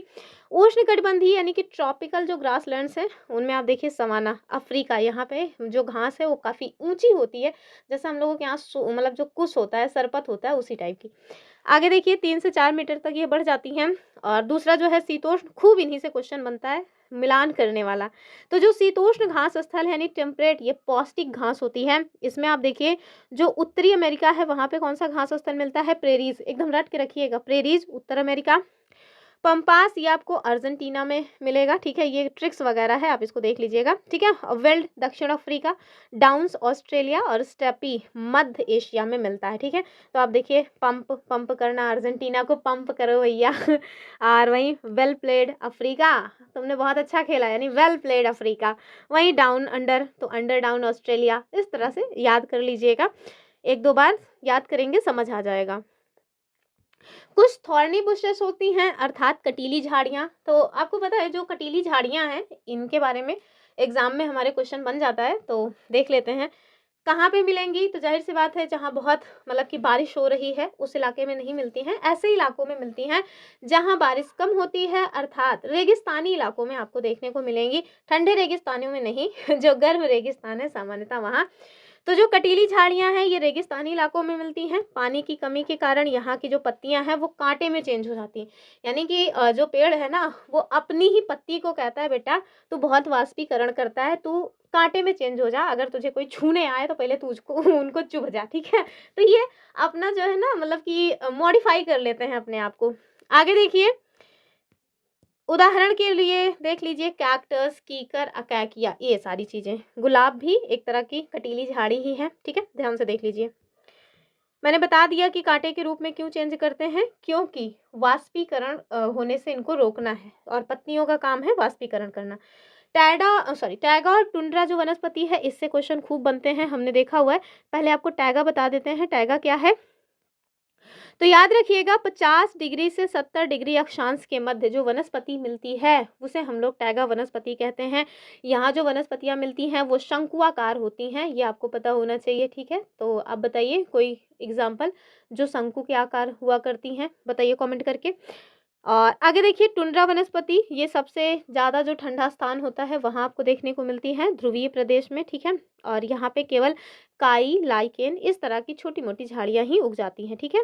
तो टैगो वनस्पति में ना एक दो एग्जांपल आपको पता होना चाहिए, जैसे स्प्रूस, ठीक है, स्प्रूस जो है ना ये इसी टैगा में ही मिलती है, ठीक है। जो फर वनस्पति है वो इसी में मिलती है। पाइन वनस्पति भी आपको टैगा में मिलती है, ध्यान रखिएगा, ये टुंड्रा में नहीं मिलती, ठीक है। और 70 डिग्री से 90 डिग्री अक्षांश का जो इलाका होता है उसमें टुंड्रा वनस्पति मिलती है, ये भी पता होना चाहिए। तो कुल मिलाकर के टैगा और टुंड्रा ये दोनों ठंडे इलाकों में पाई जाने वाली वनस्पतियां हैं। देखिए क्वेश्चन पूछा जा रहा है आपसे कि विश्व का सबसे बड़ा सांप एनाकोंडा उष्णकटिबंधीय वर्षा वनों यानी कि सदाबहार वन में पाया जाता है। आपको बताना है कि ये वन किस वृक्ष के लिए जाने जाते हैं, बताइए। क्या यहाँ पे साल, सागौन, रोजवुड, महोगनी या फिर चीड़ और देवदार मिलते हैं, बताइए कमेंट करके। तो बस अभी तो बताया था रोजवुड और महोगनी, ठीक है, ऑप्शन क्या हो जाएगा, बी वाला। आगे देखिए, अब हम लोग अगला जो टॉपिक देखेंगे वो है मानचित्र। 2024 में एक क्वेश्चन पूछा गया था कि जो दक्कन का पठार है उसको आप मैप में कौन से कलर से डिनोट करोगे, वही चीज है यहाँ पे देख लीजिए। सबसे पहले तो आपको ये पता होना चाहिए कि आखिरकार ये जो मैप हैं वो कितने टाइप्स के होते हैं, यानी कि मानचित्र के कितने प्रकार हैं। तो मुख्य रूप से 3 टाइप्स के होते हैं, कितने, 3 प्रकार के, कौन कौन से, एक तो फिजिकल, दूसरा है पॉलिटिकल और तीसरा है हमारा थीमेटिक। तो भौतिक मानचित्र इट मीन्स फिजिकल मैप, ये एक प्रकार है, दूसरा है राजनीतिक यानी पॉलिटिकल मैप और तीसरा आता है अपना थीमेटिक। अगर हम लोग फिजिकल मैप की बात करें तो इसमें हम लोग देखते हैं कि नेचर के द्वारा जो भी स्थलाकृतियाँ बनाई गई हैं, फिर चाहे वो पर्वत हो, चाहे वो पठार हो, चाहे वो मैदान हो, चाहे वो नदियाँ हों, चाहे महासागर हों, ये सारी चीज़ें अगर हम मैप में देखते हैं तो समझ लीजिए कि वो हमें कहाँ देखने को मिलेगा, हमें फिजिकल मैप में देखना है। वहीं अगर हमें ये देखना है भारत पाकिस्तान की सीमा कौन सी है, तो फिर हम उसको कहाँ देखने जाएंगे? क्या उसे फिजिकल मैप में देखेंगे? नहीं, उसे हम लोग पॉलिटिकल मैप में देखेंगे। अर्थात कोई राज्य, नगर और जो देश की सीमा है उसको हम लोग कहाँ देखते हैं? पॉलिटिकल मैप में देखते हैं, यानी कि राजनीतिक मानचित्र में। सबसे ज़्यादा जो फँसाने वाला है वो है थीमेटिक, और इसी में बच्चे खूब कन्फ्यूज़ होते हैं। तो ये किसी विशेष जानकारी पर केंद्रित होता है, ठीक है? Thematic map. जैसे आपको यदि सड़क का मानचित्र देखना है, वर्षा का मानचित्र, वन और उद्योगों का वितरण, तो ये सब हम लोग कहाँ देखते हैं? थीमेटिक मैप में, ठीक है? अगर जैसे सपोज दैट आपका गांव है और आपके गांव में कोई सर्वे करने आया है और वो देख रहा है कि भैया फलाने के घर से ढिमकाने के घर पे सड़क मतलब कौन सी गई हुई है, तो कौन से किसके घर से किसके घर तक खड़ंजा गया हुआ है, तो ये जो मतलब ये सारी चीज़ें जो है कौन से मैप में लोग देखते हैं? थीमेटिक मैप में। यानी कि फलाने के घर पे इनारा है कि नहीं यहाँ है ये सब अगर देखना है तो कहाँ देखेंगे? थीमेटिक मैप में ही देखेंगे। यानी कि अगर किसी गांव का सर्वे करना है तो उसके लिए थीमेटिक मैप आपको यूज़ करना पड़ेगा, वो आप पॉलिटिकल या फिजिकल मैप में नहीं देख पाओगे। आगे देखिए, मानचित्र के घटक भी हमारे एग्जाम में खूब पूछा जाता है। आप याद रखना, इसके 3 घटक होते हैं। कौन-कौन से? एक तो दूरी, दूसरा है दिशा और तीसरा है प्रतीक, ठीक है? दूरी और मतलब कि दूरी इट मीन डिस्टेंस और स्केलिंग इट मीन्स पैमाना, इसको भी देख लेते हैं फटाफट। तो जो छोटे पैमाना वाला मानचित्र है, आप इसको देखिए कि जब आपको कोई बड़ा क्षेत्रफल इट मीन्स अगर आपको महाद्वीप या मतलब कि देशों का मानचित्र बनाना है, तो आप जो स्केलिंग करोगे उसके लिए क्या करोगे? छोटे पैमाने वाला जो मानचित्र है वो यूज़ करोगे। जैसे क्या एग्जाम्पल है? अगर आप समझ रहे हो कि भैया ये 5 सेंटीमीटर है, मत समझ लीजिए कि 500 जो मीटर होगा ना, 500 किलोमीटर, मीटर तो छोटा हो जाएगा, 500 किलोमीटर जो है उसको आप 5 सेंटीमीटर में डिनोट करोगे, ठीक है? तो ये स्केलिंग करना होता है। वहीं अगर बड़े पैमाने वाला मानचित्र है तो उसके लिए फिर क्या करते हैं? तो छोटे क्षेत्रफल वाले इलाकों के लिए मतलब बड़े पैमाने का मानचित्र यूज़ किया जाता है। जैसे आपके गाँव या शहर का मानचित्र है तो उसके लिए आप बड़े पैमाने वाला मानचित्र यूज़ करो। और जैसे एग्ज़ाम्पल 5 सेंटीमीटर बराबर 500 मीटर, ठीक है? चलिए, जो टॉपिक है इसको देखिए, टॉपिक नंबर 13। इसमें आपसे सरकार क्या है, लोकतंत्र और मताधिकार, इसके बारे में डिस्कस होगा। पहले तो सरकार के प्रकार देखिए, 2 टाइप के इसके प्रकार मिलेंगे, एक तो डेमोक्रेसी और दूसरा मोनार्की, ठीक है? डेमोक्रेसी में क्या होता है? इसमें सरकार को जनता के द्वारा चुना जाता है। जैसे भारत देश में क्या है? डेमोक्रेसी है, ठीक है? लोकतंत्र में सरकार को अपना फैसला इसका जो कारण वगैरह है वो जनता को बताना पड़ता है। क्यों? मतलब वरना तो जानते ही है ना कि फिर अगली बार क्या करेगा, मतलब जो जनता है वो कहेगी चल हट, तेरे जैसे बहुत देखे हैं, दूसरी सरकार लाएँगे। तो इस वजह से कुल मिलाकर के उत्तरदायी होती है सरकार हमारी जनता के प्रति। वहीं जो राजतंत्र है, मोनार्की, इसमें तो भाई मेरा वचन ही है, शासन टाइप की बातें आएँगी। इसमें राजा या रानी के जो निर्णय हैं, वही अंतिम निर्णय माने जाते हैं, वही अंतिम सत्य है जो राजा या रानी ने कह दिया। राजा को अपने निर्णय के लिए सफाई देने की ज़रूरत नहीं है। उनको ये नहीं कहना है कि हाँ, हाँ, मैंने ये काम किया है। मतलब वो कुल मिलाकर के जनता के प्रति उत्तरदायित्व उनका नहीं है।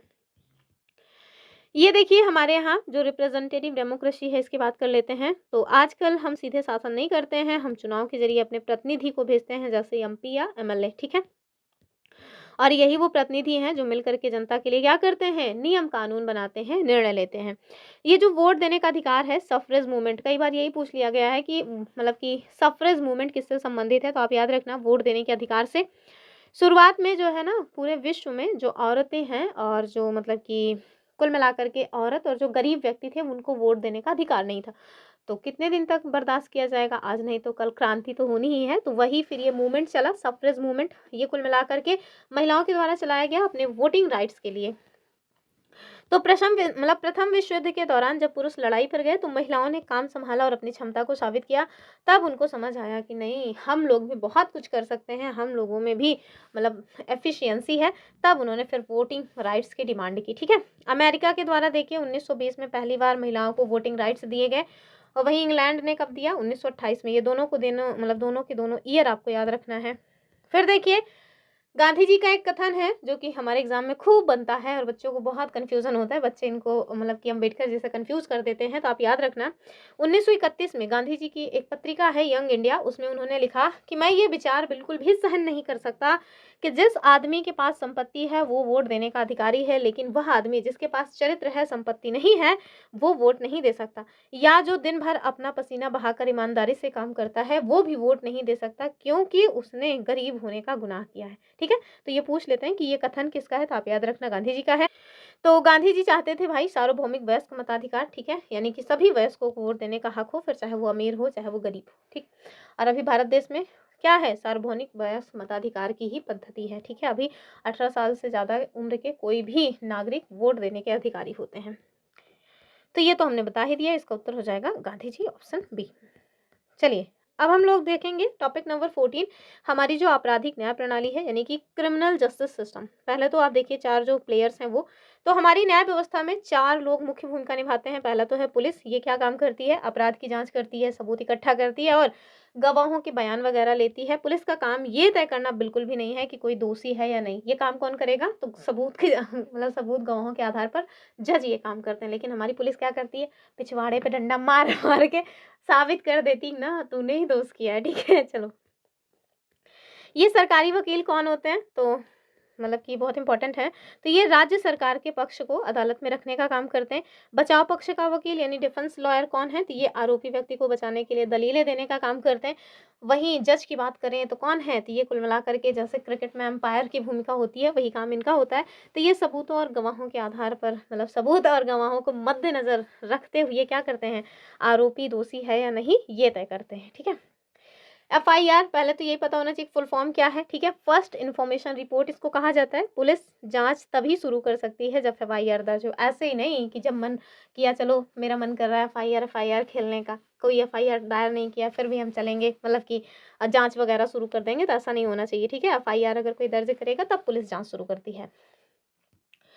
फिर देखिए कानूनन पुलिस को संज्ञेय अपराध यानी कि कॉग्निजेबल ऑफेंस कोई सूचना मिलने पर क्या करना होता है, एफआईआर दर्ज करनी पड़ती है। एफआईआर में होता क्या है, तो घटना की तारीख होती है, समय स्थान और अपराध का विवरण होता है। अगर अपराधी का नाम पता है तो वो भी पता है, नाम नहीं पता है तो फिर वही लापता ही रहेगा। अधिकार की बात करें तो शिकायत करने वाले को पुलिस से एफआईआर की एक कॉपी मुफ्त में मिलने का अधिकार होता है। देखिए डीके वसु दिशा निर्देश बहुत महत्वपूर्ण है, कई बार हमारे पुराने पेपर्स में क्वेश्चन बना हुआ है। तो देखिए जो सुप्रीम कोर्ट है ना, उनके द्वारा गिरफ्तारी, हिरासत और पूछताछ के लिए पुलिस को कुछ नियम वगैरह बताए गए हैं। मतलब ऐसा ना हो कि मनमानी तरीके से पुलिस किसी के साथ व्यवहार कर रही है। तो कुल मिलाकर के किसी भी व्यक्ति के साथ पुलिस मनमाने तरीके से दुर्व्यवहार ना करे, इसके लिए ये जो निर्देश हैं वो दिए गए हैं।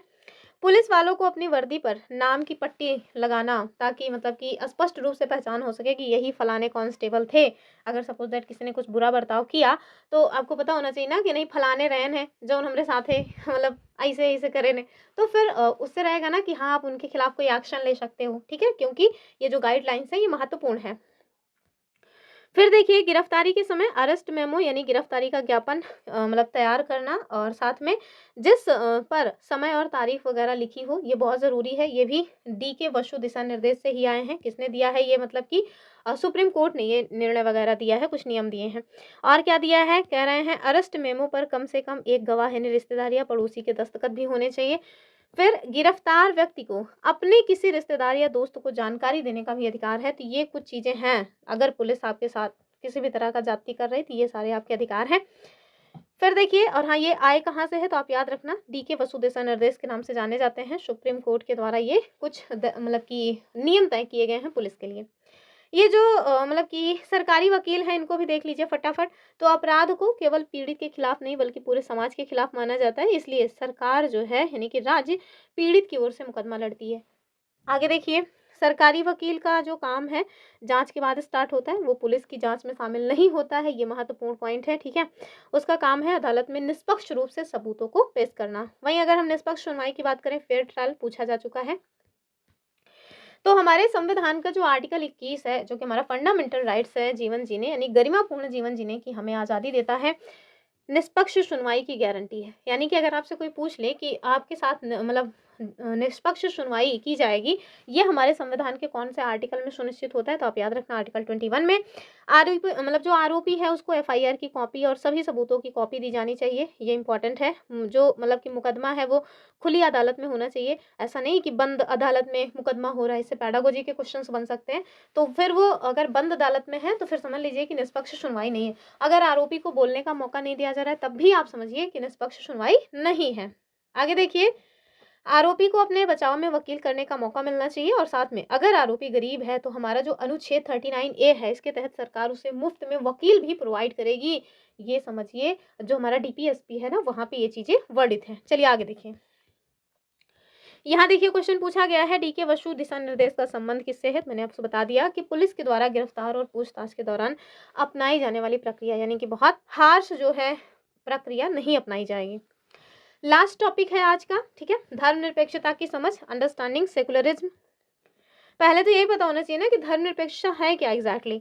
तो धर्म को राज्य यानी सत्ता से अलग रखने की जो अवधारणा है कुल मिलाकर के उसी को कहा जाता है धर्मनिरपेक्षता। यानी कि जो कोई स्टेट है अगर उसका अपना कोई धर्म नहीं है, यानी कि ऐसा नहीं है कि किसी एक विशेष धर्म के हिसाब से नियम फैसले लिए जाते हैं, तो फिर समझिए कि वो धर्मनिरपेक्ष स्टेट है। जैसे भारत देश एक धर्मनिरपेक्ष राज्य है, ठीक है। आगे देखिए, तो मतलब है कि राज्य ना तो किसी के धर्म मतलब किसी के धर्म के जो अधिकार हैं उसको छीनेगा और ना ही कोई धर्म किसी के ऊपर थोपेगा। फिर देखिए, भारतीय धर्मनिरपेक्षता यानी जो भारत की धर्मनिरपेक्षता है वो क्या है? तो आप याद रखना, ये एक सकारात्मक धर्मनिरपेक्षता है। हमारे यहाँ क्या होता है कि हमारे राष्ट्र का तो कोई धर्म नहीं है, मतलब हमारे यहाँ जो भी नियम कानून बनते हैं ऐसा नहीं कि हिंदू लॉ के हिसाब से बनते हैं या किसी अन्य लॉ के हिसाब से, नहीं। हमारे यहाँ जो भी चीज़ें बनती हैं वो संविधान के हिसाब से बनती हैं। तो भारतीय संविधान के अनुसार देखिए, भारत एक धर्मनिरपेक्ष राज्य है। इसकी 3 मुख्य रणनीतियां हैं। पहला, खुद को वो धर्म से दूर रखता है, ठीक है। तो आपसे ना यही क्वेश्चन बन जाता है, पेडागोजी में खूब क्वेश्चन इन सबसे बनता है। पूछ लेंगे कि भारत एक धर्मनिरपेक्ष राज्य है क्यों? तो आप याद रखना कि भैया एक तो वो खुद को धर्म से दूर रखता है, अर्थात जबरदस्ती धर्म के मसलों में टांग नहीं अड़ाता है। तो आप देखिए, भारतीय राज्य किसी एक धर्म का समर्थन नहीं करता, ठीक है। वही सरकारी जो जगह हैं उनकी बात करें, जैसे सरकारी स्कूल, दफ्तर, थाना, कचहरी, इन सब में किसी भी एक धर्म को बढ़ावा देने वाली कोई तस्वीर या त्यौहार वगैरह नहीं मनाए जा सकते, ठीक है। सरकारी स्कूलों में जो सुबह की प्रार्थना है उसमें किसी खास धर्म की प्रार्थना नहीं हो सकती। हाँ, लेकिन प्राइवेट स्कूल कर सकते हैं भाई, क्योंकि उनको थोड़ी ना धर्मनिरपेक्षता से मतलब, वो चाहे हनुमान चालीसा करें चाहे जो, लेकिन जो सरकारी विद्यालय हैं, आपने देखा होगा बीच में डिमांड उठी थी कि सरकारी विद्यालयों में हनुमान चालीसा को करवाया जाना अनिवार्य होना चाहिए। तो आप याद रखना कि वो गलत है, ऐसा नहीं हो सकता। क्यों? क्योंकि भारत देश एक धर्मनिरपेक्ष राज्य है और धर्मनिरपेक्षता का हनन हो जाएगा फिर। वहीं दूसरा जो प्रक्रिया अपनाता है अपनी धर्मनिरपेक्षता को साबित करने के लिए, वो क्या है? वो है नॉन इंटरफेरेंस, यानी कि हस्तक्षेप की नीति। अर्थात राज्य सभी धर्मों की भावनाओं का सम्मान करता है, उनके मामलों में मतलब जबरदस्ती दखल नहीं देता है, ठीक है। यानी कि जबरदस्ती का दखल अंदाजी नहीं किया जाएगा। फॉर एग्जाम्पल देखिए, पगड़ी विद हेलमेट, यानी कि आप और आपके मित्र 2 लोग जा रहे हैं। आप हैं किसी और धर्म को मानने वाले, आपके मित्र हैं सिख धर्म को मानने वाले, तो आप देखिए आपसे तो फाइन ले लिया जाएगा, चलो भैया काहे नहीं पगड़ी मतलब कि काहे लिए हेलमेट नहीं पहने हो। लेकिन जो सिख भाई साहब हैं उनसे मतलब हेलमेट ना पहनने की वजह से फाइन नहीं लिया जाएगा। क्यों? क्योंकि उनको जो सिख धर्म है उनको ये आज़ादी है अपने धार्मिक स्वतंत्रता के तहत, मतलब उनको फंडामेंटल राइट्स में ये अधिकार है कि भैया आप अपने धर्म को आबाद रूप से मान सकते हो। तो उनका ये अधिकार है कि वो कृपाण रख सकते हैं, पग पहन सकते हैं, अर्थात पगड़ी पहन सकते हैं। तो आप इस बात से ना मतलब कि हो हल्ला नहीं कर सकते कि अरे ये क्या बात हुई, उनसे तो नहीं ले रहे हैं, हम ही से ले रहे हैं। तो आप ऐसा नहीं करेंगे। क्यों? क्योंकि आर्टिकल 25 ये उनको कहता है भैया आप अपने धर्म को आबाद रूप से मानो, संचरण करो, हमें कोई आपत्ति नहीं, ठीक है। आगे देखिए, तो ये क्या है? ये ना सरकार का हस्तक्षेप करने का तरीका है, यानी कि किसी के धर्म के मामले में जबरदस्ती का टांग नहीं अड़ाएंगे। वहीं हस्तक्षेप की भी नीति अपनाता है सरकार, यानी कि अगर किसी के मतलब कि धर्म के जो नियम कानून बनाए गए हैं उसके हिसाब से किसी के जीवन जीने की आज़ादी खराब हो रही है या किसी का फंडामेंटल राइट्स हनन हो रहा है, तो फिर गवर्नमेंट कहती है ना, ई ना चल वो, और वो फिर आ जाता है फटाक से हस्तक्षेप करने। जैसे आप देखो, जो भारतीय धर्मनिरपेक्षता है वो पश्चिमी देशों से अलग है इसी एक मामले में, हस्तक्षेप की नीति को लेकर के ही। अगर धर्म के नाम पर किसी के साथ भेदभाव हो तो राज्य हस्तक्षेप कर सकता है। फॉर एग्जाम्पल देखिए, जो हमारे यहाँ मतलब छुआछूत वाला सिस्टम था वो धर्म से ही तो उसको बढ़ावा दिया जा रहा था कि जो मतलब ब्राह्मण वगैरह हैं वो बहुत मतलब कि क्या बोलें उनको, धार्मिक मतलब प्रकृति के व्यक्ति हैं, उनको जो तथाकथित अछूत जाति के लोग हैं, अगर छू लेंगे तो उनका धर्म भ्रष्ट हो जाएगा। तो ये क्या है? ये एक तरह की धार्मिक अवधारणा थी, यानी कि धर्म के आधार पर इस तरीके से लोगों के साथ भेदभाव किया जा रहा था। तो सरकार ने कहा नहीं, ये सब ना चली भैया, बहुत होइगवा तोहार अत्याचार। अब संविधान के हिसाब से बनी नियम कानून, और आया क्या? आया हमारा फंडामेंटल राइट्स में आर्टिकल 17, जो कहता क्या है? अस्पृश्यता के अंत की बात करता है। यानी कि अगर किसी भी व्यक्ति के साथ अस्पृश्यता जैसी आप मतलब हरकत करेंगे, अच्छा खासा कूटे जाएँगे। कुल मिलाकर के मतलब दंडनीय अपराध है, ठीक है? तो देखिए, राज्य ने धर्म के मामले में हस्तक्षेप किया कि नहीं किया? तो हमारे यहाँ की जो धर्मनिरपेक्षता है वो 3 तरीके से मतलब गवर्नमेंट कहती है कि भैया हम धर्मनिरपेक्ष हैं। एक तो खुद को धर्म से दूर रखती है, ज़बरदस्ती का टांग नहीं अड़ाती किसी के धर्म में। हस्तक्षेप की नीति, ठीक है? जैसे हमने आपको एग्ज़ाम्पल दिया सिख भाई साहब वाला और आपका। और तीसरा हस्तक्षेप की नीति, यानी ज़रूरत पड़ी तो 3 तलाक को भी बैन किया जाएगा। ज़रूरत पड़ी तो मतलब कि अस्पृश्यता का उन्मूलन किया गया। और भी जो ज़रूरतें पड़ेंगी, भले ही वो धर्म का मसला हो। जैसे आप देखिए देवदासी प्रथा, यद्यपि वो धर्म का मसला था लेकिन उसको बैन किया गया ना, क्यों? क्योंकि किसी के गरिमापूर्ण जीवन जीने की आज़ादी का वो हनन कर रहा था। चलिए आगे देखिए। यहीं आप देखिए विदेशों में, जैसे फॉर एग्जांपल आप देखिए यूएस, ठीक है? यूएस की जो धर्मनिरपेक्षता है वो भारत की धर्मनिरपेक्षता से बहुत अलग है। ये लोग एकदम कठोर तरीके से कहते हैं कि ना, हम धर्म के मामलों में हस्तक्षेप नहीं करेंगे, और जो धर्म है वो भी कहता है हम राज्य के मामलों में हस्तक्षेप नहीं करेंगे। तो यूएस की बात करते हैं तो वहाँ धर्म और राज्य मतलब एकदम स्पष्ट अलगाव की वहाँ अवधारणा है।